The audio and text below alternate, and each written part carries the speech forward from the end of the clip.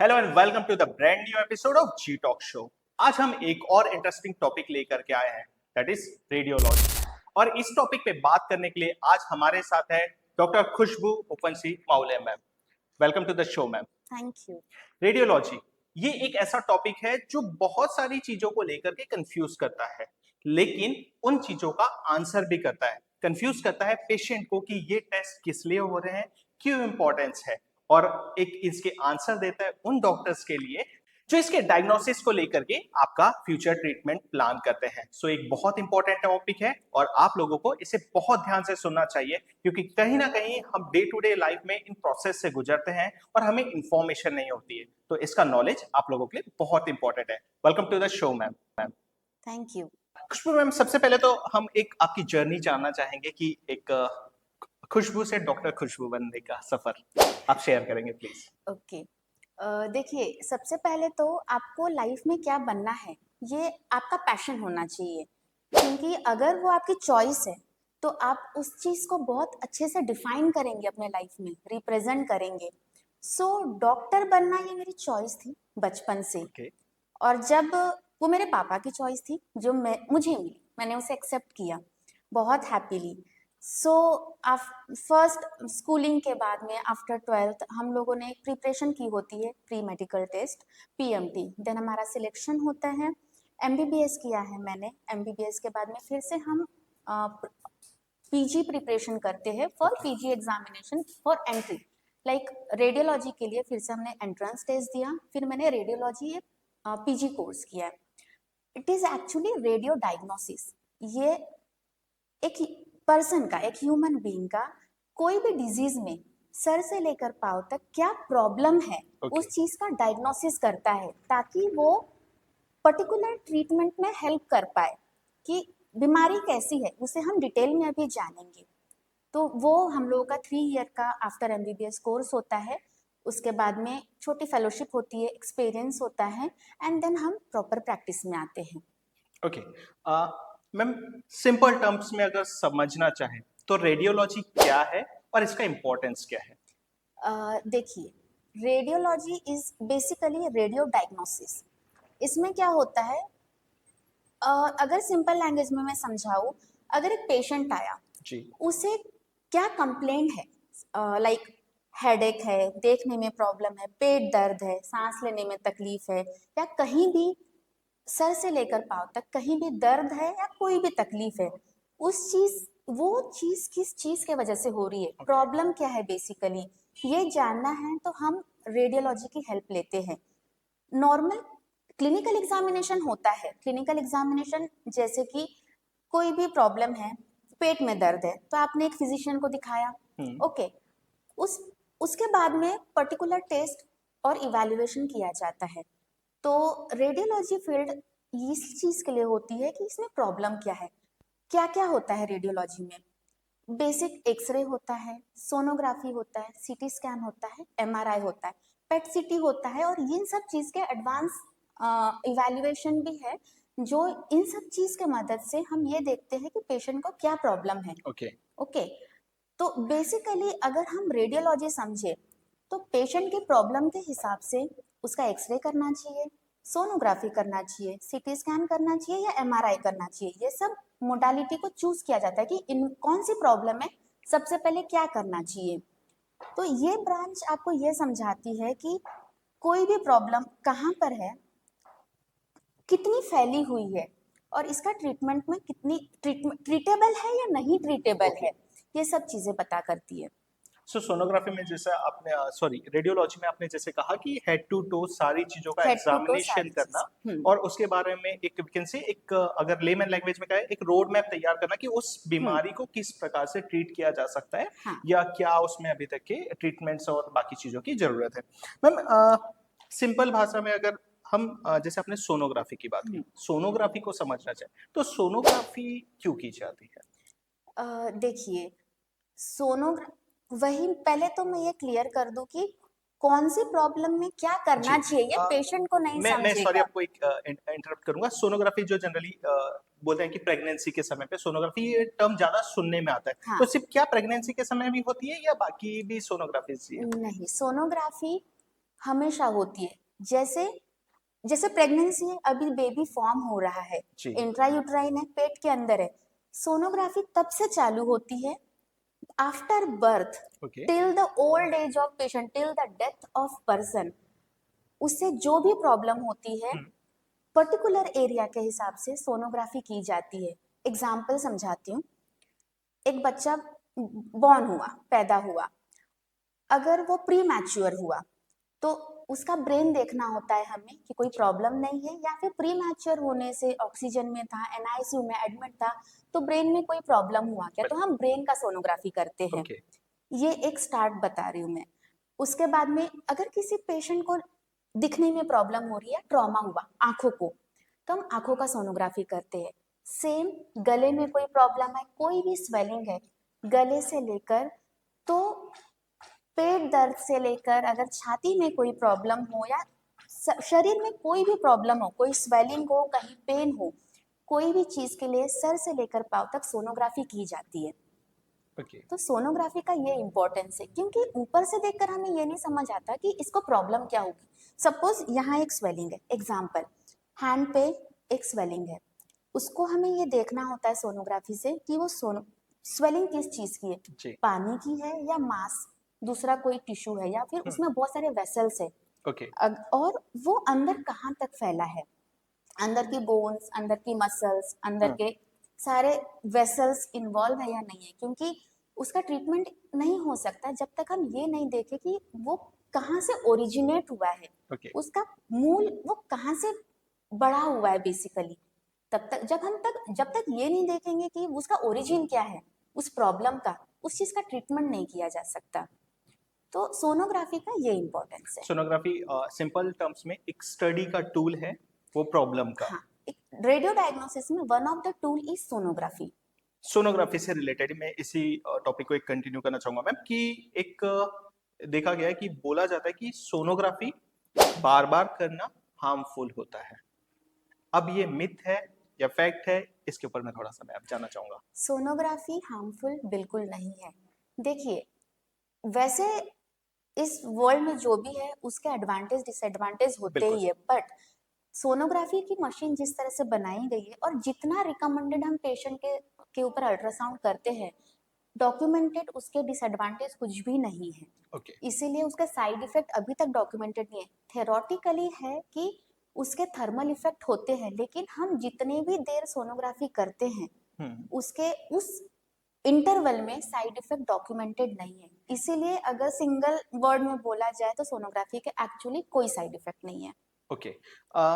Patient को sonography या किसी भी एक प्रोसेस, एक सोनोग्राफी की बात करते हैं, अगर उस प्रोसेस में है और सोनोग्राफी हो रही है, कौन सी ऐसी चीज है जो पेशेंट को ध्यान में रखनी चाहिए?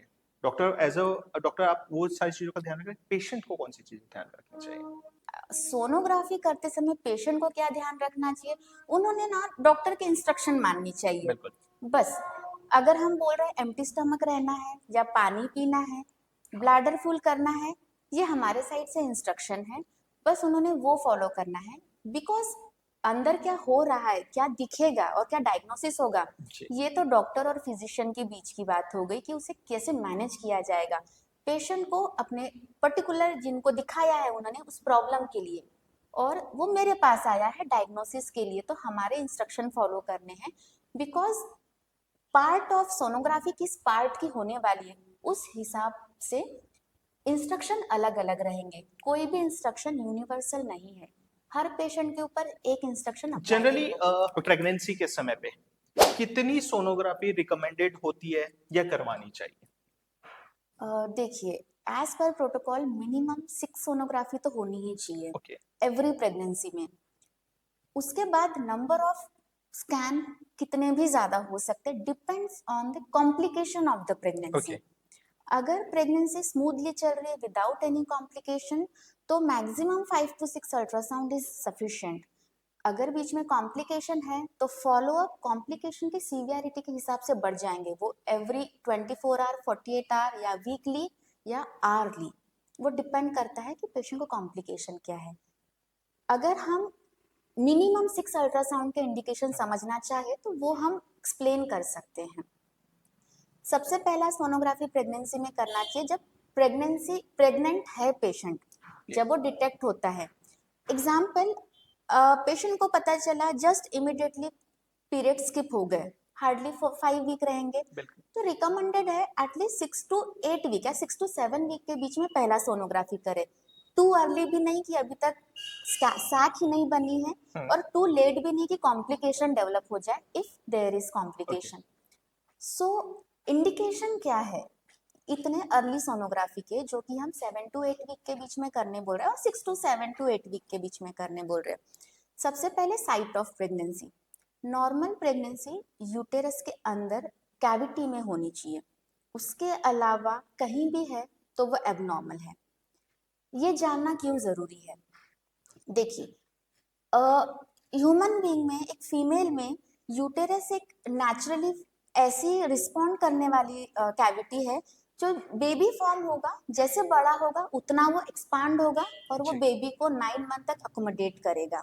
ओके, बट उसके बाहर अगर प्रेगनेंसी है तो ये नेचर दूसरे स्ट्रक्चर में नहीं है, ट्यूब में नहीं है, ओवरी में नहीं है। सो जैसे प्रेगनेंसी ट्यूब या ओवरी में रही यूटेरस के बाहर, जो कि एक्टोपिक प्रेगनेंसी बोलते हैं, अगर वो बड़ी हुई वहां पर मैक्सिमम 5-6 वीक में, 7 वीक एक्सटेंड हो के भी 12 वीक से ज्यादा एक्सटेंड नहीं हो पाएगी और वो फूट जाएगी। ओके, वो फूट गई तो फिर पेशेंट को बहुत ज्यादा ब्लीडिंग होगी, अंदर ब्लड जमा होगा, पेशेंट शॉक में जाएगा, डेथ भी हो सकती है। ये कॉम्प्लिकेशन से बचने के लिए अर्ली प्रेगनेंसी इंडिकेशन है। दूसरा एक इंडिकेशन है कि नंबर ऑफ प्रेगनेंसी कितनी है, सिंगल है या मल्टीपल है, और मल्टीपल है तो कौन से टाइप की है, बिकॉज मल्टीपल प्रेगनेंसी में भी उसके टाइप्स हैं जिसके वजह से कॉम्प्लिकेशंस होते हैं, और जरूरी नहीं कि सबको मल्टीपल प्रेगनेंसी हो।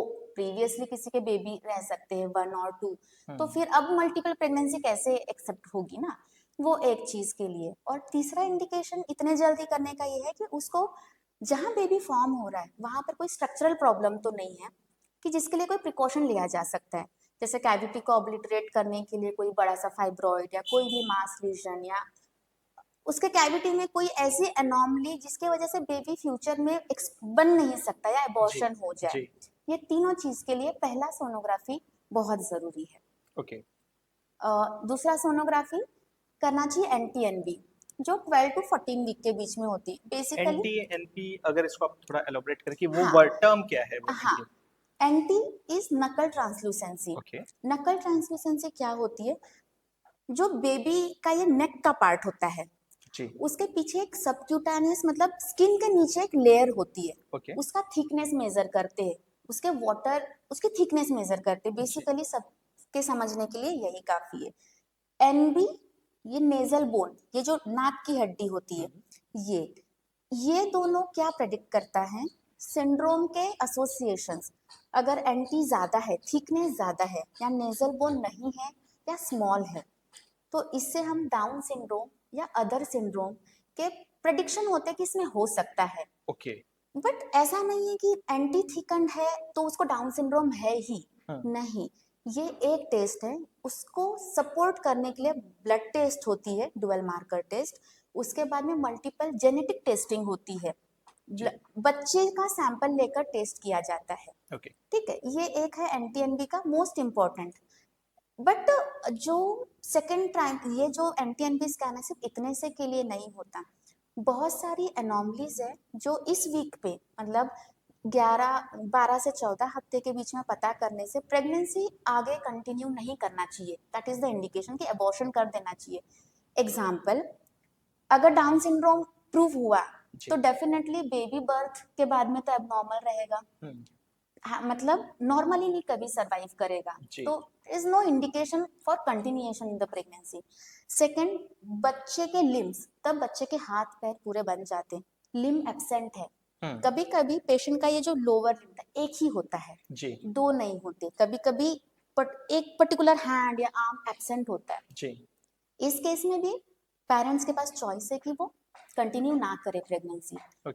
जैसे कि ब्रेन है हमारा, स्कल बोन जो है ब्रेन की, वो फॉर्म होती है। अगर वो फॉर्म ही नहीं हो, उस समय वो फॉर्म हो जाती, और अगर 12 to 14 वीक में अगर फॉर्म नहीं हुई है उसके बाद फॉर्म नहीं होगी, उसको एनेनकेफेली बोलते हैं। अगर वो नहीं है, बोन ही नहीं बनी, ऐसा नहीं कि अपने आप अबॉर्ट होगा, पेशेंट की प्रेगनेंसी पूरे 9 मंथ तक कंटिन्यू होगी, ओके, बट बर्थ होने के बाद क्या होगा? पेशेंट तो सरवाइव नहीं करेगा, बिल्कुल। या फिर एडवांस जेस्टेशनल एज में थर्ड ट्राइमेस्टर में जाके कॉम्प्लिकेशन होंगे। इनिशियली तो प्रेगनेंसी का धड़कन, बच्चे का तो धड़कन भी चलता है उसमें, बिल्कुल। बट वो प्रेगनेंसी अगर इतने जल्दी डिटेक्ट हो जाए तो इट शुड बी अबॉर्टेड ना, कंटिन्यू नहीं करना चाहिए। ये सब इंडिकेशन है। And one of the suppose हमारे बॉडी में जो एंटीरियर एब्डोमिनल वॉल है, जो पूरे हमारे जो ऑर्गन्स है, लीवर, किडनी, स्प्लीन, जो भी पेट के अंदर ऑर्गन है, अतड़ियां वगैरह, उसको अंदर कन्फाइन करके रखती है। बहुत सारे बच्चों में ये वॉल एब्सेंट होती है, उसका पूरा जो ऑर्गन है वो पेट के बाहर होता है, ओके, बच्चे के पेट के बाहर। वो भी एक इंडिकेशन है। मतलब there are so many anomalies जो इस वीक में पता हो जाना चाहिए। अगर ये एनॉमली है तो पेशेंट का प्रेगनेंसी कंटिन्यूएशन मतलब नहीं करना नहीं चाहिए, करना इट चाहिए। Should be terminated okay. At that time. Hmm. और अगर नॉर्मल है तो देन डेफिनेटली। तो ओके, एनटीएनबी स्कैन इतना इम्पोर्टेंट है ओके। फॉर मतलब एवरी फर्स्ट पेशेंट। सोनोग्राफी के बाद जो सेकंड सोनोग्राफी हो रही है वो एनडी एनटीएनबी स्कैन है, एनटीएनबी हाँ। स्कैन तो हो रहा सो है। लिटरल ओके, मीनिंग एनटीएनबी का नेजल बोन एंड नकल ट्रांसलूसेंसी, ओके। बट सिर्फ उतना नहीं देखा जाता, पूरी बेबी स्टडी की ऑलमोस्ट पूरा फॉर्म हो जाता पूरा है। फॉर्म है। बच्चे का हेड, बच्चे की आईज, बच्चे का एब्डोमेन, लेग्स, हैंड, पूरे चारों हाथ पैर, और हार्ट इवन, हम्म। और सबकी पोजीशन, ये सब देखी जाती है उस वीक पे। ओके, थर्ड स्कैन कब करना चाहिए जी। एक्सप्लेन कर देते हैं आगे। उसके बाद अगर कोई, देखो मैंने बोला कि नंबर ऑफ स्कैन डिपेंड करता है, कोई कॉम्प्लिकेशन नहीं है तो जी। It should be 5 to 6 okay, scan. तो थर्ड नॉर्मल स्कैन होना चाहिए 18 to 20 वीक में, ओके। 5 मंथ स्कैन, इसको बोलते हैं टीफा।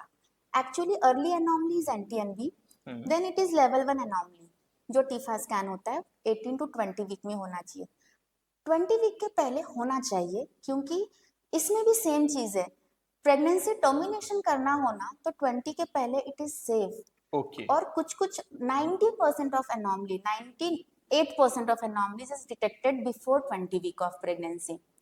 सो टारगेटेड स्कैन में, एनॉमली स्कैन में, हम बेबी का same head to toe every structure evaluate करते हैं, ब्रेन और उसके अंदर बनने वाले सारे स्ट्रक्चर, फेस, नेक, रीढ़ की हड्डी, कंप्लीट लिम्स, हाथ पैर, पेट, चेस्ट, किडनीज, एवरीथिंग, बच्चे का कंप्लीट डिटेक्शन, इवैल्यूएशन हार्ट का एनॉमली स्कैन में करते हैं। ओके। इससे हमें ये पता चलता है, एग्जाम्पल क्या होता है, सपोज बच्चे को हार्ट की क्रिटिकल कोई प्रॉब्लम हो, हम्म। ऐसी कोई प्रॉब्लम जो जिसमें एक तो माइनर प्रॉब्लम है कि प्रेगनेंसी हम कंटिन्यू कर सकते हैं, there are so many heart related और किडनी रिलेटेड प्रॉब्लम, जिसमें बेबी अगर आपने कंटिन्यू कर भी लिया तो आफ्टर बर्थ सर्वाइवल डिफिकल्ट है। हम्म। किडनी रिलेटेड ऐसी प्रॉब्लम जो after 20 week, 25 week ultimately baby complicate होने ही वाला ओके। है। सो बेसिकली फ्यूचर कॉम्प्लिकेशन को प्रिवेंट करना है तो हम्म। आपको बेबी अभी नॉर्मल है या जी। नहीं है ये देखना चाहिए। सो वो है लेवल, मतलब थर्ड स्कैन, जो कि before between 18 to 20 week anomaly, level 1 anomaly scan. Hmm. Level 2 anomaly भी होता है जो 22 to 24 वीक में होता है। ओके। इसके लिए पेशेंट्स यूजुअली रेडी नहीं होते, बट अगर थोड़े वेल एजुकेटेड हो या फिर समझने की कंडीशन में हो तो हम हम्म। उन्हें समझाते कि वो क्यों। बेबी जब फॉर्म हो रहा है तो एवरीथिंग इज इवॉल्विंग, हर चीज एक साथ तो नहीं बन जाती है। बिल्कुल। हम ये बोलते हैं एनटीएनबी जब होता है before 13 week, before 14 week baby maximum form हो जाता है, बट हार्ट है उसके इवोल्यूशन तो चलेंगे ना, हम्म। फाइनल स्टेज में आते तक 24 वीक ऑलमोस्ट लग जाते हैं। ओके। हाँ, सो डिटेक्शन इज 100% पहले भी हो जाएगा, हम्म। बट उसे बेटर वे से एक्सप्लेन करने के लिए इट नीड एटलीस्ट 24 वीक। उसके अलावा ब्रेन में कुछ ऐसे स्ट्रक्चर है जो 100% 20 वीक के पहले नहीं बनते। एक दो ऐसे स्ट्रक्चर है जो प्रॉपर इवैल्यूएशन 24 वीक पर होते, but why there is two scan, 99% तो हमें 20 वीक के पहले ही पता चला, जी। ओनली 2 to 3 थिंग्स जो हम वेट करेंगे जो 24 वीक तक पता चल रहा है। नाउ एक पेशेंट है जिसने ये 3 स्कैन या एटलीस्ट 4 स्कैन कर लिए, बिल्कुल। तो बेबी स्ट्रक्चरली नॉर्मल। हम्म। अब इसके बाद बेबी का ग्रोथ होता है। हम्म। इसके बाद की जो भी स्कैन रहेगी वो रहेगी बेबी के ग्रोथ के लिए। ओके। तो नेक्स्ट क्वेश्चन इमीडिएटली ये होता है कि इसके बाद का स्कैन कब। हम हमेशा रिकमेंड कर दे कि एटलीस्ट 27 टू 30 वीक के बीच में, मतलब 7वें महीने में। पेशेंट 7वें की महीने लैंग्वेज में हम लोग वीक्स में काउंट करते हैं, जी। पेशेंट्स मंथ्स में काउंट करते हैं। कभी कभी उनको समझाना इसलिए डिफिकल्ट होता है, फ्लक्चुएशन होता है टाइमिंग में। वो स्कैन होता है बेबी के ग्रोथ के लिए, बेबी का वेट प्रॉपर हो रहा है या नहीं, बेबी का जो ब्लड सप्लाई है वो प्रॉपर हो रहा है या नहीं, ओके। और बच्चे के आजू बाजू जो पानी होता है, AFI लाइकर होता है, वो प्रॉपर है या नहीं। ये सब इवैल्यूएशन के लिए। अभी अ, अब ये पता करके इतनी जल्दी ये इसीलिए हेल्पफुल है, अगर सपोज पेशेंट के आजू बाजू पानी कम है, डॉपलर एबनॉर्मल है, मतलब माँ से बच्चे को जो ब्लड सप्लाई हो रहा है उसमें कहीं प्रॉब्लम है, जी। ओके, या तो फिर बेबी का वेट कम हो रहा है, तो यही सब फैक्टर्स कंट्रीब्यूटिंग रहेंगे। एज अब आपके पास 7वां महीना है, 8वां और 9वां महीना आपके पास है, आपके पास 2 मंथ, 2 से 2.5 महीना है अभी तक, जी। तो you can improve okay. Baby weight, liquor, surrounding जो पानी है, ब्लड सप्लाई है, हम इम्प्रूव कर सकते हैं बिकॉज हमारे पास अभी टाइम है। और एज मेडिकेशन के साथ में गायनेकोलॉजिस्ट के इंस्ट्रक्शन और उनके मेडिकेशन से हम बेबी के ग्रोथ इंप्रूव कर सकते हैं, इसीलिए ये स्कैन कराना चाहिए। जी। क्योंकि अगर हमने ये स्किप कर दिया और हमें पता ही नहीं कि अंदर प्रॉब्लम चल रहा है, तो अब 9वें महीने में आके फिर अब हमारे पास तो टाइम ही नहीं है टाइम ही इम्प्रूव नहीं है, करने के बिल्कुल। लिए। सो वो एक टाइम होता है, अगर नॉर्मल है तो इट्स वेरी गुड, एबनॉर्मल है तो हमारे पास टाइम है कि हम जी। उसे इम्प्रूव कर सकते हैं। उसके बाद में लगा तो और हाँ, मोस्ट इम्पोर्टेंट ये भी होता है कि जो बच्चे का नेक होता है उसके अराउंड उसका जो कॉर्ड होता है, मतलब मदर से बच्चे को जो मिलने वाला ब्लड सप्लाई होता है बिल्कुल। वो कॉर्ड होता है, उसमें उसके वेसल्स होते हैं। कभी कभी क्या होता है, मतलब मैक्सिमम पेशेंट्स में होता है कि उसके गले के आजू बाजू वो रैप हो जाता है, कभी एक सर्कल, कभी 2 सर्कल, वो कितने भी सर्कल हो सकते हैं। जी। जितना ज्यादा सर्कल रहेगा उतना ज्यादा उसका नेक, सपोज एक नेक है उसके आजू बाजू कोई रस्सी बांध दी है, हाँ। तो टाइट होने का सफोकेट चांस है, करेगा। सफोगेट हो जाएगा जी। बेबी का, ब्लड सप्लाई ब्रेन का हैम्पर बिल्कुल। होगा। तो वो एक होता है कि कॉर्ड कैसा है। वही 8वें महीने और बिफोर डिलीवरी भी यही एक बिफोर डिलीवरी तो एक्चुअली यही एक इंडिकेशन होता है कि कॉर्ड है या नहीं और एडिक्वेट वाटर है या नहीं बेबी के आजू बाजू, ताकि उसके अगर नॉर्मल डिलीवरी कर रहे हैं तो प्रॉब्लम नहीं होनी चाहिए। बिकॉज ड्यूरिंग डिलीवरी क्या होगा, बेबी बाहर आ रहा है, ऐसे नहीं होना चाहिए कि कॉर्ड कॉम्प्रेस हो कॉर्ड। गया हाँ। और बेबी को ऑक्सीजन तब सफिशिएंट नहीं जी। पहुंच रहा है और वो तब कॉम्प्रोमाइज हो जाए। जी। ये है बेसिक सोनोग्राफी के इंडिकेशन, जो कि हमने एक्सप्लेन किया कब कब करनी चाहिए और क्यों करनी चाहिए। मैम आपने तो ये तो बताया कि नंबर ऑफ सोनोग्राफीज और कब कब कौन कौन से वीक्स में ये करवानी चाहिए। एक और एक जो कॉमन टर्म है डॉपलर स्टडीज, ये क्या होता है प्रेगनेंसी के समय में? हाँ, देखिए डॉपलर स्टडी का भी ऐसा है कि कौन सा वीक ऑफ प्रेगनेंसी स्टार्ट है, जी। उस हिसाब से कौन सा डॉपलर स्टडी का, कौन सा डॉपलर पैरामीटर का इंपॉर्टेंस है वो डिफाइन होता है। एग्जाम्पल, जैसे हमने एनॉमली स्कैन किया और NT-NB स्कैन किया, जो मैंने जस्ट अभी एक्सप्लेन किया, जी। उस समय मोस्ट इम्पोर्टेंट होता है एक यूटेराइन आर्टरी होती है, मतलब जो मदर से बेबी के बेबी को ब्लड लेके जाता है। जी। अल्टीमेटली जाना तो न्यूट्रिशन मदर से बेबी को ही है और वो वेसल से ही जाएगा, बेसिकली ब्लड से ही जी। जाएगा। उसका हम लोग ये देखते हैं कि वो कितने स्मूथली जा रहा है, मतलब रेजिस्टेंस है या फिर रेजिस्टेंस नहीं है ब्लड फ्लो का टू द बेबी। उसके अलग अलग इंडाइसेस है, वो नहीं समझ आएगा, बट उसके अलग अलग इंडाइसेस है जिससे हम इवेल्युएट करते हैं। अगर रेजिस्टेंस है ज़्यादा blood flow to the baby, तो उस हिसाब से जो उनके ट्रीटिंग गायनेकोलॉजिस्ट है वो उनको मेडिकेशन ऐड करते हैं कि फ्यूचर में आने वाले जब ग्रोथ एक्चुअल होगी आफ्टर 20 वीक, तो उसका जी। ग्रोथ हैम्पर ना हो। ओके। अब आफ्टर 20 वीक, 24 वीक, जब पेशेंट ग्रोथ स्कैन के लिए आते हैं, सपोज 27 या 30 वीक में, तब हम डॉपलर स्टडी के इंडाइसेस बढ़ जाते हैं। एग्जाम्पल, हम बेबी का ब्रेन में फ्लो होता है एक मिडल सेरेब्रल आर्टरी, उसका फ्लो देखते हैं।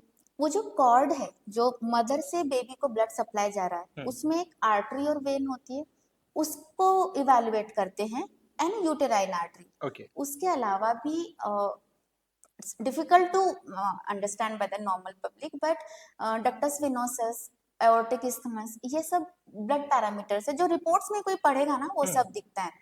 ये सब हम इसीलिए चेक करते हैं कि मदर से बेबी को जाने वाले ब्लड फ्लो में कोई प्रॉब्लम तो नहीं है। अगर यहाँ पर है तो फिर इसे ट्रीट करना पड़ेगा, क्योंकि इंडिकेशंस क्या है डॉपलर स्टडी के।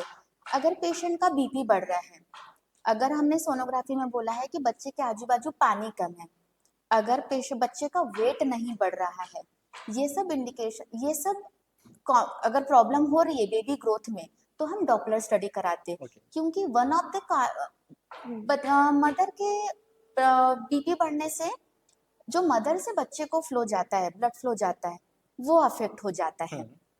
उसके अलावा जब ये अफेक्ट हो जाए तो उसके नेक्स्ट स्टेज पे बेबी को अंदर इंटरनल जो ऑर्गन में ब्लड सप्लाई होता है वो अफेक्ट हो जाता है। तो बेसिकली देन अगर मदर से बेबी को ब्लड फ्लो में प्रॉब्लम है तो इंटरनल जो बेबी के ऑर्गन्स है उसमें भी अल्टीमेटली ब्लड फ्लो में प्रॉब्लम होगा, बट ये सिक्वेंशियल है। पहले मदर से बेबी को जाने में प्रॉब्लम होगा ब्लड फ्लो, उसके बाद इंटरनल बेबी में चेंजेस होंगे। तो हम ये पूरा सीक्वेंस चेक करते हैं। अगर ये सब, और ये सब के इंडिकेशन हमने बोले, पानी कम है, वेट नहीं बढ़ रहा है, मदर का बीपी बढ़ रहा है, इन सब चीज में करते हैं। अगर डॉपलर एबनॉर्मल है सपोज, तो और क्या एबनॉर्मल है डॉपलर में, उसके स्टेजेस होते हैं, उस स्टेजेस के हिसाब से अब number of scan in pregnancy बढ़ जाता है। ओके। हाँ, तो डिपेंड करता है कि एबनॉर्मल कितनी, कौन से ग्रेड में, कौन से स्टेज में एबनॉर्मलिटी है, उस हिसाब से पेशेंट को नेक्स्ट 4 वीक में फॉलोअप में बुलाना है, 2 वीक में, 1 वीक में, 48 आवर में कि 24 आवर में। ओके। उस हिसाब से अब है कि यू कांट प्रेडिक्ट कि अब पेशेंट को कितने स्कैन कराने पड़ेंगे। तो डॉपलर का इंडिकेशन ये है। ओके। मैम जैसे आपने बीच में कहा था कि रिपोर्ट्स की बात कर रहे थे कि रिपोर्ट्स समझना थोड़ा सा, तो बहुत सारे लोग ये जैसे ही सोनोग्राफी की रिपोर्ट्स हाथ में आती है वो उसको चेक करना चालू करते हैं या समझने की कोशिश करते हैं। तो उसे सिंपल टर्म्स में क्या समझा जा सकता है, एक नॉर्मल पर्सन समझ सकता है? देखिए, मेरे पास कोई पेशेंट आता है, वो मुझसे एक ही क्वेश्चन पूछता है, मैडम मेरा बच्चा अच्छा है ना? अगर वो नॉर्मल है तो यस मैं बोलती हूँ कि हाँ सब अच्छा है, बिकॉज आई नो कि एवरीथिंग इज नॉर्मल। यही आंसर उसको उसके प्रॉपर गायनेकोलॉजिस्ट से भी मिलने वाला है। अगर प्रॉब्लम है तो मैं उसे ऑनेस्टली ये आंसर देती हूँ, रिपोर्ट्स में सब लिखा है, थोड़ी प्रॉब्लम है, बट क्या है, क्या करना पड़ेगा, ये आप अभी जिन जो गायनेकोलॉजिस्ट के पास से आए आप वो बहुत अच्छे से आपको समझा देंगे। बेसिक समझाना पड़ता है, क्योंकि पेशेंट्स आपके पीछे बिड़ जाते हैं कि उनको समझना ही होता है कि प्रॉब्लम क्या है। बट एक्चुअली रिपोर्ट ये ना डॉक्टर और ट्रीटिंग फिजिशियन इनके बीच की बात है। ओके। मैंने जो लिखा है वो 100% पेशेंट को समझना इट्स इम्पॉसिबल, और वो समझ भी जाए तो नहीं समझ पाते एक्चुअली। तो ये रिपोर्ट एक मीडिया है for patient, from radiologist to treating physician. Basic हम बता देते हैं पेशेंट्स को, लेकिन एक बियॉन्ड द लिमिट हम नहीं बता सकते। जानना भी नहीं चाहिए, क्योंकि incomplete knowledge is more dangerous. क्योंकि मैं उसी के ऊपर में आ रहा था कि जनरली क्या होता है कि रिपोर्ट्स देखते हैं, फिर उसके बाद में अगर कुछ नहीं समझा तो उसके बारे में यूट्यूब पे या गूगल पे सर्च करना चालू हो जाता है, उसको अपने तरीके से समझने की कोशिश की जाती है, जो आई थिंक वो स्ट्रेस लेवल ही बढ़ाएगा, रेदर देन कि आप डॉक्टर के पास जाएं, उनसे बात करें और वो आपको प्रॉपर्ली गाइडेंस, और आप प्रॉब्लम जान पाएंगे लेकिन ट्रीटमेंट तो वैसे भी नहीं कर पाएंगे अगर आप, और आप स्ट्रेस ले लेंगे। इससे बेटर है कि आप प्रॉपर ट्रीटमेंट स्टार्ट करने के लिए। एग्जैक्टली। अगर पेशेंट को मतलब आपको हार्ट की बीमारी, हार्ट के बच्चे को हार्ट की प्रॉब्लम है, बट अब उसको मैं कैसे समझाऊं कि छोटी प्रॉब्लम है बड़ी प्रॉब्लम है, क्योंकि वो जब सर्च करेगा ना गूगल में तो वो एकदम वर्स्ट वाला पड़ेगा, उसको लगता है कि उसका बेबी तो गया। उस बेटर है कि ज्यादा ना समझे। ओके। मतलब ये आप ये रिकमेंड करेंगे कि आपके पास जो रिपोर्ट आ रही है, रेदर देन कि आप उसके आंसर फाइंड आउट करें, डॉक्टर के पास जाएं, उनसे कंसल्ट करें और वो जैसा आपको गाइडेंस देते हैं उसे जरूर फॉलो करें। ओके। मैम सोनोग्राफी जो ये होती है कि बोला जाता है कि एम्प्टी स्टमक या फुल ब्लैडर सोनोग्राफी, ये क्या कंसेप्ट है? देखिए, सोनोग्राफी एक ऐसी मोडालिटी है जिसमें एयर, हवा एनिमी है, दुश्मन है सोनोग्राफी का। ओके। जैसे कि अगर हमारे पेट में स्टमक जो होता है, हमने खाना खाया है, उसमें एयर है, तो उसके नीचे चीजें दिखती नहीं है, ओके। उसके नीचे ब्लैकआउट होता है पूरा। इसीलिए हम बहुत बार पेशेंट को बेड पे पानी पिलाते हैं, हम रहते बिठालते 2 मिनट पानी पी लो। इसीलिए हम बोलते हैं खाली पेट आना चाहिए, ताकि बहुत ज्यादा फूड पार्टिकल ना हो स्टमक हाँ। में, बहुत ज्यादा एयर ना हो, और हम पानी पिलाते हैं। ये ओके। एक पर्पस हुआ, ठीक है। दूसरा पर्पस ये है, अगर हम एब्डोमेन को अपर हाफ और लोअर हाफ में डिवाइड कर दे, तो लोअर हाफ में यूरिनरी ब्लैडर है, मतलब जहाँ यूरिन की थैली है जिसमें यूरिन स्टोर होती है, वो उसके नीचे फीमेल है तो यूटेरस ओवरी है जी। ना, मेल है तो प्रोस्टेट है। ये इवैल्यूएट करने के लिए यूरिनरी ब्लैडर का फुल होना, अगर हम ऊपर से सोनोग्राफी कर रहे हैं तो ये जरूरी है, क्योंकि सेम वाटर एक फ्रेंडली मीडिया है यूएसजी के लिए। इसीलिए आपने नोट किया होगा कि जब हम सोनोग्राफी करते हैं तो जो प्रोब होता है जिससे हम सोनोग्राफी करते बिल्कुल। हैं, और पेशेंट का जो शरीर है उसके बीच में हम जेली डालते जेल हैं, डालते हैं। That is water media. Hmm. तो वो एयर को हटा देती है, और जो हमारी साउंड वेव्स है उसको प्रॉपर पेनिट्रेट करने में मदद ओके। करती है। तो बिना जेली के, बिना वाटर के सोनोग्राफी नहीं हो सकती। तो सेम यूटेरस मतलब गर्भाशय देखने के लिए, और ओवरीज ये देखने के लिए, यूरिनरी ब्लैडर में जो यूरिन होती है इट इज वाटर, वो मीडिया एक्ट करता है। तो जो मेरी साउंड वेव्स है वो प्रॉपर वे से पेनिट्रेट होके पीछे का स्ट्रक्चर, क्योंकि ये सब पीछे होते हैं और नीचे होते हैं, तो हमें बहुत अच्छा दिखता है। पेट अगर हम ऊपर से सोनोग्राफी कर रहे हैं तो उनका पेशाब की थैली, यूरिनरी ब्लैडर फुल होना बहुत जरूरी है ओके। For proper evaluation. अब ये नहीं बोल सकते कि पेशेंट को बहुत सीवियर पेन हो रहा है, इमरजेंसी में आया, नहीं इसको पानी पिलाओ, no this is not recommended. उस केस में हमको उस समय जितना पॉसिबल है वो स्कैन करना चाहिए, बिकॉज हर इमरजेंसी में हम पानी भी नहीं पिला सकते। ओके। इसीलिए देर आर ऑप्शंस। अगर हमको ओवरी और यूट्रस से देखना है तो हम ट्रांस वजाइनल सोनोग्राफी करते हैं, मतलब पीरियड्स के जगह से सोनोग्राफी करते ओके। हैं। उसमें हम ब्लैडर खाली करवाते हैं। टू डिफरेंट इंडिकेशन, हाँ। भरने को भी बोलते हैं पेशेंट को, यूरिन खाली करने यूरिन, के लिए भी क्योंकि बोलते हैं। जनरली तो हाँ, जब ये होता है तो उस समय बोला जाता है कि आप वॉशरूम से आ जाइए एंड देन फिर आप एंटर कीजिए सोनोग्राफी। ये सब चीजें वाटर मीडिया मिलने के लिए है और एयर हटाने के लिए ओके। है। एयर नहीं चाहिए हम्म। जहां भी, जैसे हम अतड़ियों में बहुत एयर होता है, जी। बहुत गैस होता है, हम्म। जब भी ऐसा होता है हमारी सोनोग्राफी बहुत अफेक्ट होती है। ओके। फिर हम उन्हें वॉक करवाते हैं, पानी पिलाते हैं, थोड़े से एयर डिस्प्लेस करवाते हैं।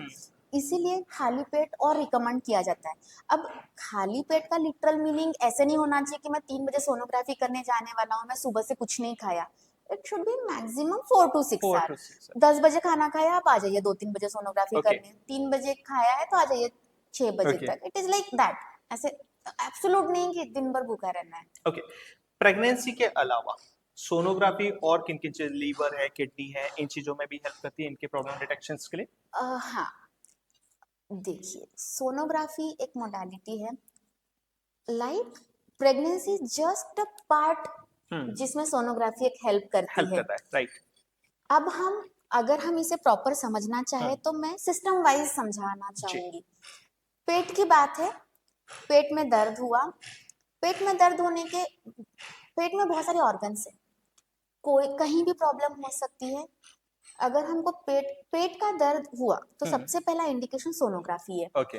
वो किडनी स्टोन के वजह से है, लीवर में इंफेक्शन के वजह से, किडनी में इंफेक्शन के वजह से है, या there are so many things, pancreas है, इंटेस्टाइन अतड़ियां है, उसमें इंफेक्शन हुआ है क्या, उसकी वॉल मोटी तो नहीं हो गई, अतड़ियां मोटी तो नहीं हो गई, कहीं ऑब्स्ट्रक्शन है क्या, फूड कहीं आगे नहीं जा रहा है, एन नंबर ऑफ चीज है। अगेन यहाँ सेम चीज आ गई, दर्द है या प्रॉब्लम है, सोनोग्राफी होगी, बट उसकी finding again radiologist and treating physician, okay. इसके बीच की बात है।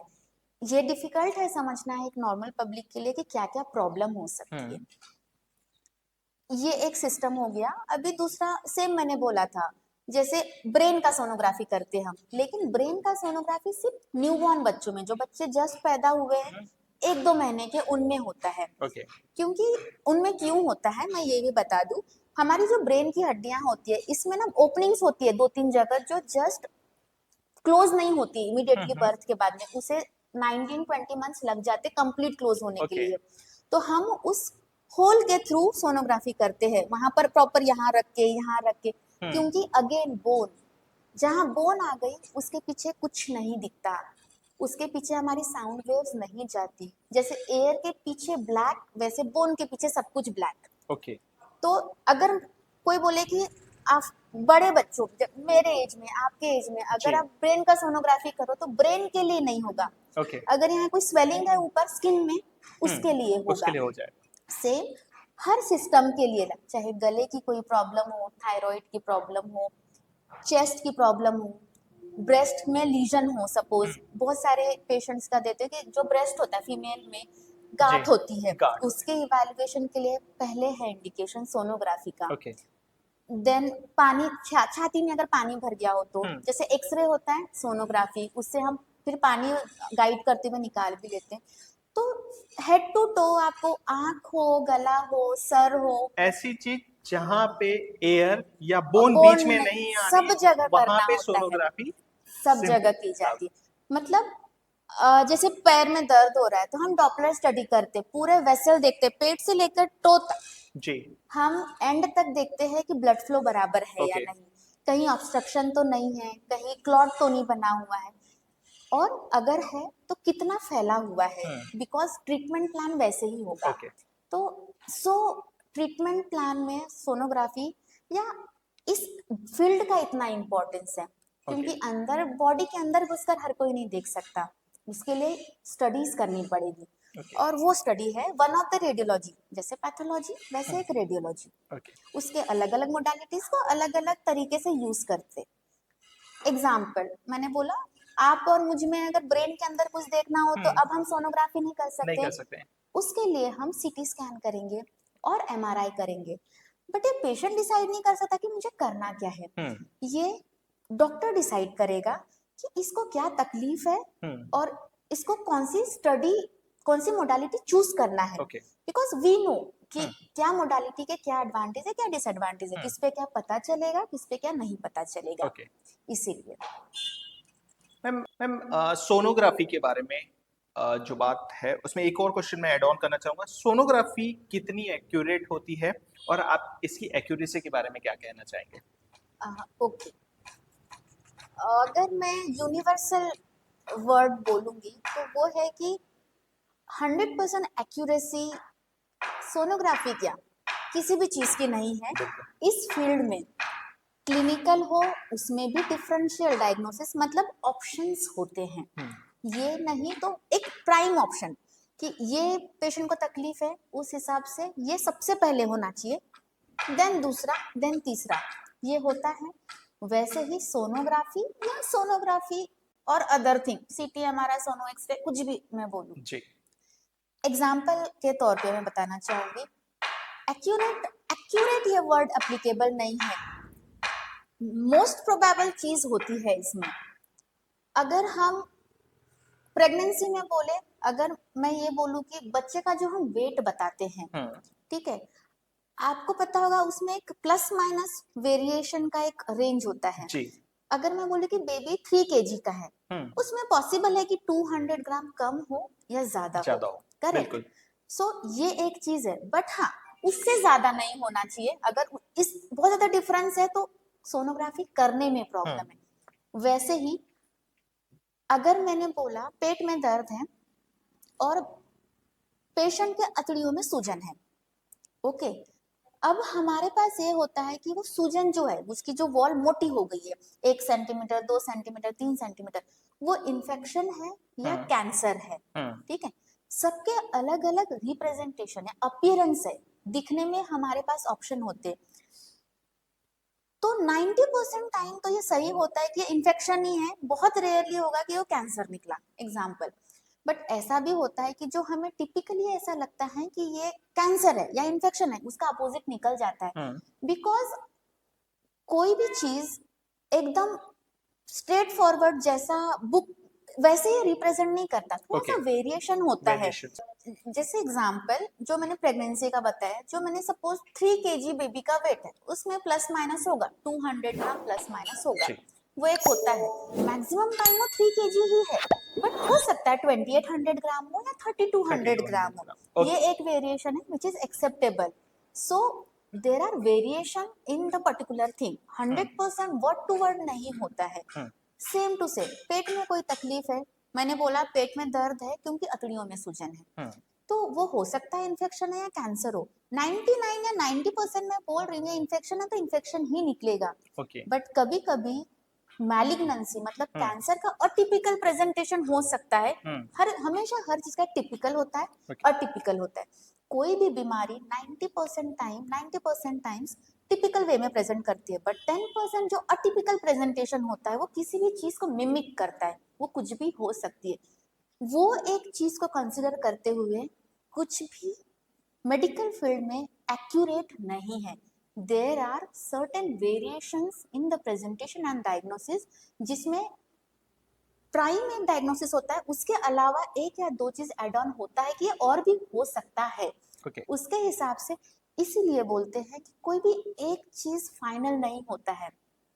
पेट में दर्द है, फिजिशियन ने देखा, मैंने सोनोग्राफी किया, मैंने बोला इसको स्टोन है या इसको अतड़ियों में सूजन है, इन्फेक्शन है, ठीक है, हमने ट्रीटमेंट किया, नहीं ठीक हुआ या ठीक हो गया, और अगर नहीं ठीक हुआ तो हम उसका, अगर अतड़ियों में सूजन है तो सपोज कोलोनोस्कोपी किया, उसमें से सैंपल लिया, हिस्टोपैथ के लिए गया, तो फाइनल हो जाएगा कि वो इन्फेक्शन है कि कैंसर है। So it is a multi step approach. Hmm. एक चीज अगर 100% पेशेंट को ठीक करना है, हम ये सब चीजें क्यों बात कर रहे हैं, just for patient safety and Patients. Patient बिल्कुल. Treatment, correct. सो पेशेंट का ट्रीटमेंट कोई एक चीज से नहीं हो सकता। फ्रॉम प्रेजेंटेशन, पेशेंट की कंप्लेंट से लेकर, हाथ से एग्जामिन करने से लेकर रेडियोलॉजिकल टेस्ट, चाहे मैं सोनोग्राफी करूं, सीटी स्कैन करूं, एमआरआई करूं, एक्सरे करूं, डिपेंड्स पेशेंट का क्या स्टडी करना चाहिए। हमें पता है कि क्या तकलीफ है, कौन से पार्ट की तकलीफ है और हमें क्या करना चाहिए। उसके बाद में ये होने के बाद में हो सकता है आगे इन्वेजिव प्रोसीजर करना पड़े, मतलब वहां का सैंपल निकालना पड़े। That whole thing makes the diagnosis Okay. Accurate होने के लिए उसको मल्टी स्टेप अप्रोच करना पड़ता है। सो नथिंग इज एक्यूरेट, थोड़ा वेरिएशन हर चीज में होता है, ये है ही, nothing is accurate. Okay. Ma'am, sonography से रिलेटेड में मेरा नेक्स्ट क्वेश्चन ये है, क्या सोनोग्राफी में रेडिएशंस होते हैं? नहीं, सोनोग्राफी रेडिएशन फ्री मोडालिटी है। रेडिएशन से मैं पहले ये बोल दूं, जो एक्सरे होता है, एक्सरे इज रेडिएशन। Okay. तो सीटी और एक्सरे, जो बेसिक एक्सरे होता है और सीटी होता है, ये रेडिएशन वाली चीज है। बट सोनोग्राफी रेडिएशन फ्री है। सोनोग्राफी में हम पहले यूज क्या करते, सिस्टम क्या है वो समझ लेते हैं। हर जिसने भी सोनोग्राफी किया है सबको पता है कि सोनोलॉजिस्ट एक प्रोब होता है, प्रोब रखते हैं जहां का भी सोनोग्राफी करना है उस पार्ट पे। हम्म. वो प्रोब में ना क्रिस्टल्स होते हैं, पिजो इलेक्ट्रिक क्रिस्टल्स बोलते हैं, वो साउंड वेव्स क्रिएट करते हैं, वहां वाइब्रेट होते हैं साउंड वेव्स। तो बेसिकली जब हम सोनोग्राफी करते हैं तो साउंड वेव्स होता है जो मशीन में जाके इलेक्ट्रिकल कन्वर्जन में जाकर हमें फिल्म मतलब इमेजेस दिखती है। Just- So it is a sound wave which we are using in the ultrasound system. Okay. Radiation free completely. ये एक सबसे बड़ा रीजन है कि हम प्रेगनेंसी में सोनोग्राफी करते हैं, सीटी और एक्सरे नहीं। CT X-rays are contraindicated in pregnancies. So sonography radiation free है, 100% सेफ इन प्रेगनेंसी। इसीलिए बेबी फॉर्म होना चालू होता है टिल द डिलीवरी हम बेबी को सोनोग्राफी से फॉलो करते हैं, नो रेडिएशन। हाँ, अदर देन सोनोग्राफी हम क्या कर सकते हैं इन केस ऑफ प्रेगनेंसी, तो MRI, because again MRI is radiation free. जैसे इसमें साउंड वेव्स यूज होता है, एमआरआई में मैग्नेटिक फील्ड यूज होती है, Okay. Which is again safe in pregnancy. So ये दो मोडालिटी है जो हम प्रेगनेंसी में यूज करते हैं, not X-ray. So in pregnancy ultrasound मतलब सोनोग्राफी को अल्ट्रासाउंड बोलते, अल्ट्रासाउंड लाइक मैंने बोला ना साउंड वेव्स यूज करते हैं, इसलिए अल्ट्रासाउंड बोलते हैं बोलते उसे सोनोग्राफी। ये 100% सेफ इन प्रेगनेंसी है। ओके, सोनोग्राफी के बाद में डिस्कम्फर्ट, नोजिया फील होना, ये साइकोलॉजिकल है या उसके कुछ इफेक्ट्स होते हैं? इट इज साइकोलॉजिकल, तो मैं नहीं बोल सकती कि साइकोलॉजिकल है, बट डेफिनेटली वो अल्ट्रासाउंड का साइड इफेक्ट नहीं है, ओके। सोनोग्राफी का साइड इफेक्ट नहीं है। एग्जाम्पल, एक प्रेग्नेंट लेडी लेटी हुई है, बहुत देर तक सीधा लेटी हुई है। बहुत कम प्रेग्नेंट लेडी सीधा लेट पाएगी बहुत देर तक। जी। स्ट्रेट फॉरवर्ड स्कैन है जो 5 मिनट में हो गया, तो उसको डिस्कम्फर्ट फील नहीं होगा। ओके। बट अगर किसी पेशेंट को थोड़े कॉम्प्लिकेशन से इवेल्युएशन ज्यादा देर तक लग रहा है, 15 मिनट हो गए सपोज, तो सेम उसके जो ग्रेट वेसल्स है लाइक आईवीसी और एओर्टा होता है जो कोलैप्सिबल है, वो कॉम्प्रेस हो जाते हैं। जैसे कॉम्प्रेस हुआ, बीपी थोड़ा कम होगा पेशेंट का, क्योंकि हार्ट को ब्लड सप्लाई कम हो रहा है। ओके। वेसल कॉम्प्रेस हो गई, तो उसके वजह से पेशेंट को स्वेटिंग, डिस्कम्फर्ट, थोड़ा घबराहट होती है। थोड़ी देर उसको बिठा दो, पानी पिला दो, थोड़ा सा कंफर्टेबल फील कराओ, अच्छा लगता है। अब उसके अलावा बहुत सारे पेशेंट्स तो ऑलरेडी डिस्कम्फर्ट में आते हैं। अब सोनोग्राफी से कुछ नया क्रिएट नहीं होगा, लेकिन बेचारा लेटा हुआ है, पेट में दर्द वैसे भी हो रहा है, पहले से ही नौजिया हो रहा था, पहले से ही जी। वॉमिटिंग हो रही थी, उसे मैं कम तो नहीं कर सकती सोनोग्राफी से। लेटे लेटे वो बढ़ सकता है, but whatever is happening to the patient, patient को जो भी डिस्कम्फर्ट हो रहा है, totally not due to sonography. USG sonography से कुछ नहीं है। पेशेंट का एग्जिस्टिंग कोई प्रॉब्लम है, तो स्टडी के टाइम के हिसाब से उसे डिस्कम्फर्ट फील हो सकता है। ओके। तो जस्ट पेशेंट को थोड़ा सा बिठा दो, उठा दो, थोड़ा वॉक करा दो, that will be set. Okay, sonography की तो हमने बहुत सारे क्वेश्चन सबसे डिस्कशंस किए। अब जो मेरा नेक्स्ट क्वेश्चन है वो ओवुलेशन एंड रिप्रोडक्टिव हेल्थ से रिलेटेड क्वेश्चंस है, तो इसके ऊपर में भी हम कुछ आपसे बात जानना चाहेंगे। ओवुलेशन डिटेक्ट करने के लिए सोनोग्राफी कैसे मदद करती है? ओके, देखिए, ओवुलेशन बेसिकली एक पेशेंट जो कंसीव नहीं कर रहा है, जी। इनफर्टिलिटी का ट्रीटमेंट का पार्ट है। Hmm. Okay, ovulation induction, ovulation follow, जो हम मॉनिटरिंग करते, इट इज अ मॉनिटरिंग। जी। बेसिकली हम डे 9 से, बहुत बार एक गायनेकोलॉजिस्ट पेशेंट को डे 3 में भी बोलते हैं कि एक बार सोनोग्राफी कराओ, ताकि ओवरी का बेसिक हम समझ पाए कि ओवरी नॉर्मल है, बल्कि है, उसमें स्मॉल फॉलिकल जब होते हैं डे 3 ऑफ मेंस्ट्रुअल साइकिल में, वो है या नहीं है, कितने हैं, वो एक डिटेल स्टडी है। उसके बाद हम डे 9 से चालू करते, हम ये देखते हैं कि नॉर्मल फॉलिकल बन रहे हैं या नहीं बन रहे हैं। जी। देन उसका हम एवरी डे या एवरी ऑल्टरनेट डे उस पर्टिकुलर फॉलिकल को फॉलो करते हैं कि कांस्टेंट रेट में या किस रेट में बढ़ रहे हैं या नहीं बढ़ रहे हैं। उसके आजू बाजू का ब्लड सप्लाई, उसका शेप, उसका टेक्सचर बराबर है या नहीं है, हेल्दी फॉलिकल है या अनहेल्दी फॉलिकल है, और विथ टाइम वो रप्चर हो रहा है या नहीं हो रहा है।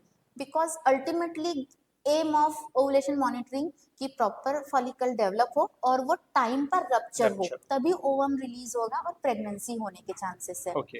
So depends on the medication क्या ले रहे पेशेंट, नेचुरल हम मॉनिटर कर रहे हैं या आफ्टर टेकिंग मेडिकेशन, कि गायनेकोलॉजिस्ट ने कोई मेडिकेशन दी है, वो लेने के बाद हम मॉनिटरिंग कर रहे हैं, उस हिसाब से हम उनका टाइमिंग और साइज फॉलो करते हैं। ओके। आइडियल साइज होना चाहिए ऑलमोस्ट 18 to 20 mm और 22 mm, depends on the patient क्या मेडिकेशंस ले रही है और वो प्रॉपर वे से रप्चर हो रहा है या नहीं हो रहा है। सो इस तरह से हम मॉनिटर करते ओके, हैं। इनफर्टिलिटी के लिए ओवुलेशन स्टडी क्या रोल प्ले करती है? एग्जैक्टली सेम, जैसे हमने बोला कि हम डे 9 से या डे 8 से मॉनिटर करते हैं, डे 14 15 पे या एक पर्टिकुलर साइज अचीव होने पर, हेल्दी साइज है सपोज 20 mm, 20 mm हुआ और वो हेल्दी फॉलिकल था, राउंड था, शेप नॉर्मल था, उसके वेसल उसको ब्लड सप्लाई नॉर्मल था, और वो रप्चर हुआ, तो हम डे 8 से और 9 से फॉलो करते हैं पर्टिकुलर ग्रोथ ऑफ फॉलिकल। जब फॉलिकल सपोज डे 13 पे या 14 पे 20 mm हो जाए, तो हम उसका फिर रप्चर फॉलो करते हैं कि ये प्रॉपर रप्चर हुआ है नहीं हुआ। अगर सपोज रप्चर नहीं हुआ तो वो और बड़ा होगा, उसमें अंदर इंटरनल हेमरेज हो जाएगा या वो सिस्ट बन जाएगी, या तो वो रप्चर होगा। ये इनफर्टिलिटी के रोल में, इनफर्टिलिटी के लिए ऐसे रोल में है, अगर फॉलिकल टाइमली रप्चर हुआ है तो पेशेंट टाइमली रिलेशनशिप में रखकर कंसीव कर सकते हैं, बिकॉज एक सपोज रप्चर हुआ फॉलिकल, तो उसमें से ओवम निकला, उसके लाइफ जो है वो है तो 24 आवर। ऐसा तो नहीं कि वो एक वीक लाइफ मतलब जिंदा रहने जी वाला है और जी या सरवाइव करके वो एलिजिबल है फॉर फर्टिलाइजेशन, ऐसे नहीं है। सो फर्टिलाइजेशन के लिए टाइम मैनेजमेंट, वो ओवुलेशन रप्चर, ओवुलेशन के साथ मतलब फॉलिकल के रप्चर के साथ कोरिलेट किया ओके। जाता है। क्या इरेगुलर साइकिल के केसेस में भी ओवेलेशन डिटेक्ट किया जा सकता है? हाँ डेफिनेटली, बिकॉज साइकिल इरेगुलर कैसे होती है पहले तो मैं ये समझा दूं। सपोज पेशेंट की 40 डेज की साइकिल है, जी नॉट 28 और 30 डेज की। हमेशा जब फॉलिकल रप्चर होता है उसके 15 डेज बाद पीरियड आते हैं, तो जो जो भी इरेगुलरिटी पीरियड है वो अप टू जो लेंथ वैरी करता है, वो ओवुलेशन कब हो रहा है ओके उस हिसाब से वैरी करता है। सो मैंने सपोज एक नॉर्मल पेशेंट में डे 8 पे डे 9 पर देखा, उनमें भी देखा फॉलिकल नहीं है, मैं 4 दिन बाद बुलाऊंगी, जैसे फॉलिकल फॉर्म होगा तो सेम उसके ग्रोथ के हिसाब से फॉलो अप करके उसके टिल द फॉलिकल रप्चर तक हम उसे कर सकते। एज ए रेडियोलॉजिस्ट मुझे प्रॉब्लम नहीं, बिकॉज मैं तो फॉलिकल देख ही रही हूँ, सो मुझे पता है कि वो कैसे ग्रो हो रहा है, वो जी कब पॉसिबल रप्चर होगा और किस रेट में ग्रो हो रहा है, हेल्दी है अनहेल्दी है। सो साइकिल रेगुलर हो या इरेगुलर हो, we can monitor the follicle. Okay. Ma'am मेरा नेक्स्ट क्वेश्चन ये था कि ओवेलेशन डिटेक्ट करने के लिए सोनोग्राफी के अलावा भी कोई टेस्ट होती है कि जिससे पता चलता है? हाँ होते हैं। जो हार्मोनल चेंजेस होते हैं with cycle like LH, FSH, oestrogen, वैसे LH किट होती है। बेसिकली वो मेरे साइड से नहीं होता, रेडियोलॉजिकल टेस्ट नहीं है ओके वो, गायनेकोलॉजिकल, तो गायनेकोलॉजिस्ट प्रॉपर वे से और टाइमिंग के हिसाब से वो टेस्ट कराते हैं, ओके। बट होती है। Other than ovulation study there are studies. कुछ टेस्ट होती है, ओके। प्रेगनेंसी में फेटल डेवलपमेंट चेक करने के लिए किस टाइप की सोनोग्राफी की जाती है?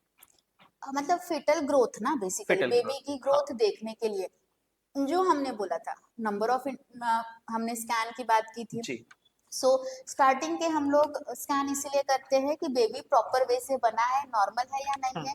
उसके बाद हम बेबी का ग्रोथ मॉनिटर ही करते हैं 7 8 9 मंथ में। ओके सो सोनोग्राफी होती है, नॉर्मल सोनोग्राफी में हम बेबी का ग्रोथ देखते हैं और ग्रोथ अफेक्ट करने वाले फैक्टर्स देखते हैं, एंड एज पर फैक्टर डॉपलर करते हैं। So it is a normal routine ultrasound including the Doppler, जो हम ग्रोथ मॉनिटर करने के लिए, और ग्रोथ अगर नॉर्मल नहीं है तो किस फैक्टर से वो अफेक्ट हो रहा है वो मॉनिटर करते हैं। ओके। मैम मेरा नेक्स्ट क्वेश्चन ये है कि इनफर्टिलिटी में सोनोग्राफी क्या रोल प्ले करती है? ओके, हम इसमें भी स्टेप बाय स्टेप देखेंगे। इनफर्टिलिटी कौन से लेवल पे हो सकती है वो हम देखते हैं। हार्मोनल इवैल्यूएशन है, अदर देन, क्योंकि हार्मोन इम्बैलेंस है ये सोनोग्राफी पे नहीं पता चलेगा। स्ट्रक्चर देखते हैं ओके हम देखते क्या है, स्ट्रक्चर, स्ट्रक्चरल कोई प्रॉब्लम है क्या, तो हम यूटेरस से चालू करते हैं जहाँ प्रेगनेंसी रुकती है। तो यूटेरस जहाँ प्रेगनेंसी रुकती है वो कैविटी, एंडोमेट्रियल कैविटी, वहाँ कोई मास लीजन है जैसे फाइब्रॉइड है या पॉलिप है जिसके वजह से वहाँ इम्प्लांटेशन नहीं हो सकता, वो इवैल्यूएट करना है। देन यूटेरस की जो वॉल है, मायोमेट्रियम जिसे बोलते हैं, वहाँ फाइब्रॉइड है या कोई दूसरा मास लीजन है जिसके वजह से वो कैविटी जहाँ पर प्रेगनेंसी रुकती है वो ऑब्लिटरेट मतलब अफेक्ट हो रही है, कैविटी कॉम्प्रेस हो रही है, उसमें भी बेबी का इम्प्लांटेशन डिफिकल्ट हो सकता है, हुआ तो एबॉर्शन हो सकता है। ओके दूसरा ट्यूब होता है। हाँ, और ये एक चीज, अगर ये सब चीजें हैं एक्वायर्ड, मतलब नॉर्मल यूटेरस में ये एबनॉर्मिलिटी आती है, जैसे ये सब पैथोलॉजी है, एबनॉर्मिलिटी है, लेकिन जब यूटेरस बना उसमें पैथोलॉजी मतलब abnormality I in normal uterus. अगर कंजेनाइटली जब यूटेरस बना तभी यूटेरस का स्ट्रक्चर एबनॉर्मल है, ओके जैसे कैविटी ऑब्लिटरेटेड है, कैविटी में कोई बड़ा सा सेप्टम है जो कि कैविटी के बीच में कुछ नहीं होना चाहिए, वहां सेप्टम है, या कैविटी स्मॉल है और टू कैविटी है, टू हॉर्न है यूटेरस के। स्पेक्ट्रम ऑफ म्यूलेरियन एनॉमलीज है, मतलब स्ट्रक्चर एनॉमलीज जिसमें प्रेगनेंसी रुक गया तो एबॉर्शन हो जाता है रिकरेंट, वहाँ बेबी ग्रो नहीं हो सकता, ये सब इवैल्यूएट करते हैं। ओके अब यूटेरस के बाहर जाएंगे तो ट्यूब्स आएगी जहां पर फर्टिलाइजेशन होता है, ट्यूबल ब्लॉकेज है या ट्यूब में बहुत ट्यूब मोटा हो गया है बिकॉज उसमें इन्फेक्शन है या ट्यूबरकुलर इन्फेक्शन है या कोई बड़ा सा मांस बन गया है जिसके वजह से अब ट्यूब का खुद का मांस या बाजू का कोई जो उसे कॉम्प्रेस कर रहा है, हमें ये इवेलुएट करना होता है। सोनोग्राफी में एक हिस्टेरोसाल्पिंगोग्राफी होता है, जैसे एचएसजी होता है एक्सरे बेस्ड प्रोसीजर, वैसे सोनोग्राफी में भी Okay. सोनोसाल्पिंगोग्राफी होता है। सोनोसाल्पिंगोग्राफी उसमें हम क्या करते, नीचे वजाना से लिक्विड डालते, फ्लूइड डालते, नॉर्मल सलाइन डालते और देखते हैं कि वो ट्यूब से बाहर आ रहा है या नहीं। Okay. अगर वो है तो ट्यूब नॉर्मल है, वी कैन से कि पेटेंट है, इसमें ब्लॉक नहीं है, ब्लॉकेजेस नहीं है। कभी कभी छोटे मोटे ब्लॉकेजेस भी वो फोर्सफुल जब हम लिक्विड डालते हैं ना उससे वो क्लियर हो जाता है। तो कभी कभी वो एज अ ट्रीटमेंट भी ऐसे रोल हो जाता है इन सम पेशेंट्स। फिर हम आएंगे ओवरीज पे। अब ओवरीज बहुत सारी चीजों से अफेक्टेड होती है, जैसे हमने बोला पीसीओडी बहुत फेमस वर्ड है जो सबको पता होता है कि पीसीओएस है, पीसीओडी है। उसमें क्या होता है, जो दोनों ओवरीज है वो थोड़ी बल्की हो जाती है, बड़ा साइज हो जाता है। और देखिए हमने जैसे ओवुलेशन पढ़ा, हर ओवरी अपनी साइकिल के साथ एक या दो फॉलिकल ऑल्टरनेट ओवरीज में डोमिनेंट होते, बड़े होते, 10 mm से ज्यादा होते, 20 mm तक जाते एंड देन रप्चर होते। पीसीओडी में ये प्रोसेस रुक जाती है, उसमें छोटे छोटे फॉलिकल ही होते हैं, वो with time 10 days 14 days mid cycle cycle पूरी खत्म हो जाती है उनकी, बट वो डोमिनेंट फॉलिकल ही नहीं होते। जब ये प्रोसेस होती है ना जिसमें छोटे छोटे फॉलिकल है ओवरी में बट वो डोमिनेंट नहीं हो रहे, this is called the polycystic ovarian disease. Okay. So उसमें नंबर ऑफ फॉलिकल हम काउंट करते हैं, इतना होना चाहिए, इतना वॉल्यूम होना चाहिए, वो हम लोगों के टर्म्स है। बट ये एक कॉज है इनफर्टिलिटी का which is very easily treatable.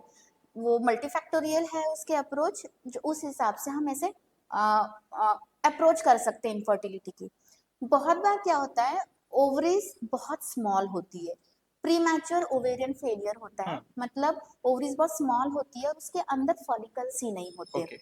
वो भी हार्मोनल इवैल्यूएशन में फिर फर्दर इवैल्यूएट होते हैं। उसके अलावा ओवरी में कोई दूसरे गांठ हो गई है या मास जैसे बोलते हैं ना, कोई पानी की गांठ या किसी और चीज की जो नॉर्मल प्रोसेस को हैम्पर कर रहा है, ओवुलेशन प्रोसेस को या तो फिर फर्टिलिटी में, तो ये सब चीज का फिर मैनेजमेंट होता है। वंस वी नो कि इसको ये प्रॉब्लम है, अकॉर्डिंगली उसका फिर ट्रीटमेंट होगा। सो वी कैन ट्रीट और plan for the pregnancy according to the problem, अगर हमें पता चल रही है तो। सो ये सब स्टेप्स है, multiple from uterus tube and ovaries, इसमें हम लोग मल्टीपली यूज कर सकते हैं सोनोग्राफी को। ये है एक फीमेल की बॉडी को इवैल्यूएट किया, ये सब नॉर्मल है तो मेल के बॉडी को भी हम इवैल्यूएट करते हैं। अल्ट्रासाउंड होता है, स्क्रोटल अल्ट्रासाउंड, मतलब जो मेल है उसमें जो टेस्टिस होती है, जो गोनाड्स होते हैं, उसका सोनोग्राफी करते हैं हम, उसका डॉपलर करते हैं कि जो टेस्टिस है जहां पर स्पर्म बनता है वो नॉर्मल है या नहीं है, या स्मॉल हो गया है, उसमें कैल्सिफिकेशंस हो गए हैं, पहले कोई इन्फेक्शन था जिसकी वजह से बहुत स्मॉल हो गया है, या उसमें कोई अभी इन्फेक्शन है, या कोई जो ट्यूब है उसमें कोई रुकावट है, या जैसे फीमेल में फैलोपियन ट्यूब होती है जो हम बोलते हैं it is very important for the evaluation for the infertility, वैसे ही मेल में भी वास्ट डिफरेंस ये सब होता है। स्पर्मेटिक कॉर्ड नाम की चीज होती है, वो हम इवैल्यूएट करते हैं। सो जैसे फीमेल में होता है फ्रॉम यूटेरस टू ओवरी, वैसे मेल में भी होता है from testis to the spermatic cord and जितना भी कैरी होता है ना, to up to the penis, मतलब जहां से स्टार्ट हुआ है स्पर्म बनना और जहां से वाया अ पेनिस, जहां से वो आफ्टर इजैकुलेशन मतलब फीमेल सिस्टम में जाएगा। सो ये पूरा प्रोसेस ये मेल फैक्टर में भी अफेक्ट होता है। तो सोनोग्राफी फीमेल में भी इनफर्टिलिटी के लिए इवैल्यूएशन में जाता है और मेल में भी इवैल्यूएट करते हैं। Basically everything is structure. ये बहुत ही एक आपने बिल्कुल मतलब नॉन जो पर्सन है, जो नॉन मेडिकल पर्सन बैकग्राउंड से है, उसको ये पता ही नहीं होगा कि मेल के लिए भी सोनोग्राफी यूज होती है। जनरली क्या होता है, सोनोग्राफी मतलब फीमेल के लिए यूज होती है, लेकिन मेल के लिए भी यूज होती है। ये बहुत ही इंपॉर्टेंट बात है। जब भी ऐसे होता है कि एक इनफर्टिलिटी का पेशेंट आया फीमेल, जब दोनों कपल जाते हैं साथ में तो दोनों का टेस्ट किया जाता है। सीमेन एनालिसिस किया जाता है और फीमेल में उनके हार्मोनल एंड स्ट्रक्चरल इवैल्यूएशन किया जाता है। अगर सपोज सीमेन एनालिसिस एकदम नॉर्मल है मेल में, तो इट इज वेरी अनलाइकली कि उसको स्ट्रक्चरल कोई प्रॉब्लम है, ओके क्योंकि अल्टीमेटली जो सीमेन आ रहा है वो एकदम एडिक्वेट क्वांटिटी का है, क्वालिटी का है, तो उसका स्ट्रक्चर जो है वो डेफिनेटली नॉर्मल ही अच्छा रहेगा। अगर उसमें थोड़ा भी काउंट्स में प्रॉब्लम आ रहा है, स्पर्म काउंट कम आ रहे हैं, तो देन क्यों कम आ रहे हैं? बन ही एडिक्वेट नहीं रहे हैं, या बन एडिक्वेट रहे लेकिन वो पहुंच नहीं पा रहे, तो कहीं रुकावट है, कहीं ऑब्स्ट्रक्शन है क्या, कोई ट्यूब ब्लॉकेज है क्या, ये उनके भी केस में इवैल्यूएशन होता है। ओके। सो मैम एक लास्ट क्वेश्चन, अब हम लास्ट अपने पड़ाव की तरफ आगे बढ़ रहे हैं। सो एक क्वेश्चन ये कि 3D 4D सोनोग्राफी, इसमें क्या डिफरेंस होता है और ये क्यों की जाती है? हाँ, देखो, एक तो 2D 3D 4D जी। है ना। 2D क्या होता है बेसिक समझते हैं, हम जो भी सोनोग्राफी रूटीनली करते हैं वो सब 2D है। 2D है। एग्जाम्पल, ये मेरा फोन है, जी ठीक है, मैं इसे देख रही हूँ, अभी आप ऐसे देख रहे हैं तो आप एक ही एस्पेक्ट देख पा रहे हैं, बिल्कुल। ठीक है। अब मैं उस समय ऐसे घुमा के नहीं दिखा सकती, उसके लिए मुझे इधर से देखना है तो इधर से सोनोग्राफी करनी पड़ेगी, इधर से इधर से इधर से, that is 2D। Single side बताते हैं हम उस समय, जी अलग अलग साइड पे हम प्रोब रखेंगे और सोनोग्राफी करेंगे।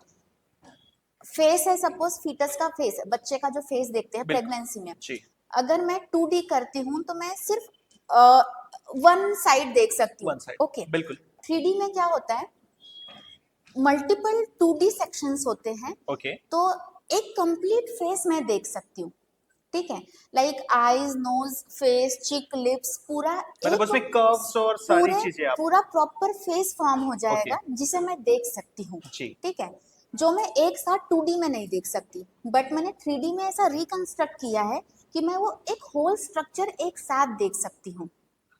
जैसे वो बॉटल जी दे दीजिए मुझे, मैं बताती हूँ। ये बॉटल 2D होता तो मैं सिर्फ एक साइड से देखती, ओके अब मैं इसको पूरा वेल फॉर्म इसे 3D कंस्ट्रक्शन में देख सकती हूँ। ये पूरी जैसे बॉटल है वैसे मुझे 3D रिकंस्ट्रक्शन में दिखेगी। इसके अंदर जो वाटर का मूवमेंट है, ओके ओके, ये जो मूवमेंट है ना, मैं 3D लेते समय इसको कैच नहीं कर सकती, उसने रिकंस्ट्रक्ट कर दिया, एक फेस बन गया, एक स्ट्रक्चर बन गया, वो हम देख सकते, वेल फॉर्म्ड, सपोज फीटस का फेस। जी बट जो बेबी है, जो लिप्स, आईज क्लोज, बंद, आई क्लोज किया, ओपन किया, लिप्स ओपन किया, माउथ क्लोज किया, ओपन जी किया, जब ये उस व्यू में कैप्चर होता है and we can see the live movement of baby with okay that complete 3D reconstruction, उसे 4D बोलते हैं। ओके तो अगर एक बच्चे का फेस बना, सिर्फ साइड से मैं देख रही हूँ, मुझे पूरा फेस नहीं दिख रहा, दैट इज 2D। 2D एक कंप्लीट फेस मैं देख पा रही हूँ, एकदम अच्छे से, पूरा नोज पूरा ही अच्छे से देख पा रही जी हूँ, that is 3D। Okay but उसमें मैंने मूवमेंट ऐड कर दिया, मतलब मैंने ऐसा लाइव कैप्चर किया 4D से कि मैं उसकी आईज क्लोज ओपन देख सक रही हूँ, उसके lips open mouth, close mouth, lips की मूवमेंट, ये जी जब मैंने कैप्चर कर लिया, दैट इज 4D। ओके इसका इम्पोर्टेंस है प्रेगनेंसी में और अल्ट्रासाउंड में, no doubt most important is 2D, but there are few cases, जैसे क्लेफ्ट लिप, क्लेफ्ट पैलेट, यहाँ पर ना गैप होती है हाँ माउथ में, ओके, तो वो सिर्फ लिप्स में होती है और अंदर हार्ड पैलेट है, ओके जिसकी नोज नेजल कैविटी से कम्युनिकेशन नॉर्मली बंद होता है, ओके कभी कभी वहाँ डिफेक्ट होता है। सो बहुत बार 2D में वो डिफिकल्ट होता है टू डिटेक्ट, ओके अगर हम उसे 3D और 4D एड ऑन कर दे तो ये बहुत इजीली डिटेक्ट हो जाता है।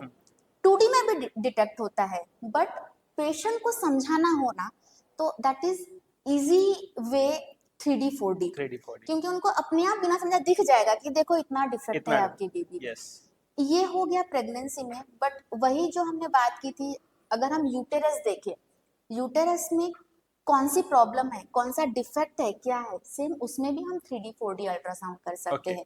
3D करते हैं स्पेशली, उसमें स्ट्रक्चर पूरा, एक पूरा यूटेरस, उसमें कंप्लीट एब्नॉर्मलिटी हमें पता चलती है। हमें तो 2D में भी पता चलती, मैंने वही बोला, जी हम बिना 3D 4D प्रोब के 2D में 100 आप बता ही जी देंगे। किसी को समझाना हो तो these 3D 3D and 4D are more easily explanation के लिए बहुत इजी होता है। आपने बहुत ही इजी वे में एक्सप्लेन किया कि 2D क्या है, 3D क्या है, 4D क्या है। और जो लोग कंफ्यूज होंगे इन टर्म्स को लेकर के कि क्या है 2D 3D 4D, सो उनको भी अब ये चीजें बहुत इजीली समझ में आएंगी। Thank you so much ma'am. आपने रेडियोलॉजी से रिलेटेड बहुत सारी फैक्ट्स एंड फिगर्स के ऊपर में बात करें, बहुत सारे मिथ थे जो आज आपने तोड़े हैं। और एक व्यक्ति को जो सोनोग्राफी या रेडियोलॉजी से रिलेटेड टेस्ट को, डिफरेंट डिफरेंट टेस्ट के बारे में आपने बताया, और उनको कितने इजीली मतलब वो चीज़ों को समझ सकता है, किन चीज़ों को समझना चाहिए, किन चीज़ों में डॉक्टर की हेल्प लेना चाहिए। आपने बहुत ही अच्छे से सारे पॉइंट्स को क्लियर किया, चाहे वो 2D हो, 3D हो, 4D हो, and each and every point बहुत ही वेल एक्सप्लेन था। और आपने कुछ इंपॉर्टेंट पॉइंट भी हाईलाइट किए कि सोनोग्राफी सिर्फ फीमेल के लिए नहीं, मेल के लिए भी बहुत इंपॉर्टेंट है।